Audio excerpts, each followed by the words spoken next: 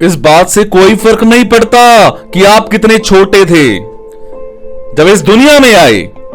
Importance इस बात की है कि आप हर दिन कितना और किस रूप में बढ़े। एक हायर लेवल का स्वानुशासन ही आपको आध्यात्मिक, बौद्धिक, आर्थिक और सामाजिक इन सब में समृद्ध होने में हेल्प करता है। वो क्या कहती हैं कि गर्मी का जो मौसम है उसकी प्रचुरता की हम पर कृपा है। मैं तो नेचर के हर तरह के एक प्रोडक्ट को देख करके विस्मित हूं। मेरे आंगन का आड़ू का एक ठिंगना, वो पेड़, वो सालाना 700 आड़ुओं की प्रोडक्शन कर देता है। उस फसल में आड़ू का एक और बगीचा लगा देने जितने बीज होते हैं।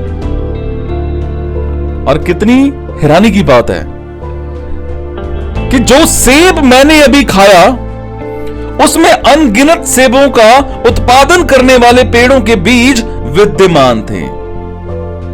है हैरानी।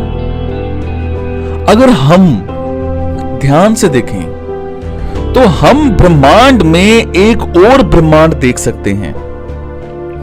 एक सेब में छुपा पूरा उपवन देख सकते हैं। एक आड़ू के पेड़ में छुपा आड़ू का बगीचा देख सकते हैं। और वैसे ही हमारे द्वारा औरों के लिए की गई अच्छाई का भी एक डिस्क्रिप्शन होता है। इस बात में इस वर्ल्ड का एक पूरा अथाह रहस्य छुपा हुआ है।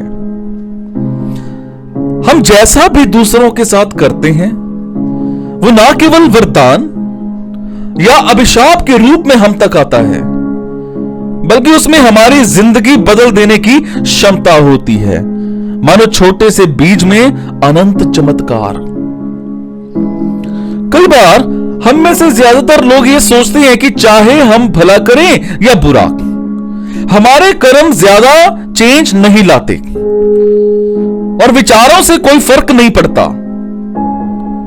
लेकिन जनाब, सच्चाई तो यह है कि हमारे कर्मों और विचारों की एनर्जी न सिर्फ हमारी जिंदगी को प्रभावित करती है, बल्कि हमारे साउल और दूसरों को भी प्रभावित करती है।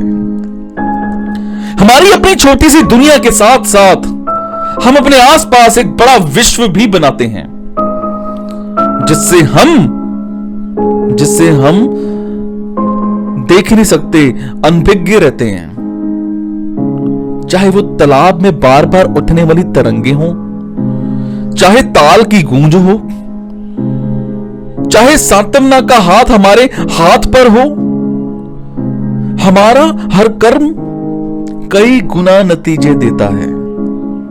और ऐसा नतीजा जिसकी हम इमेजिनेशन भी नहीं कर सकते।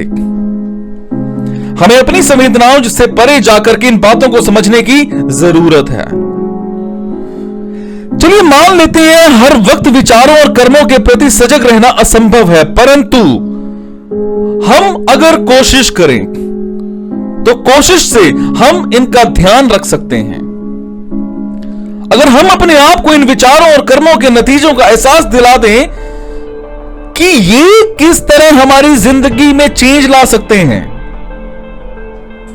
जनाब, कहने और करने से पहले सोचें और विचार करें और सचेत रहें।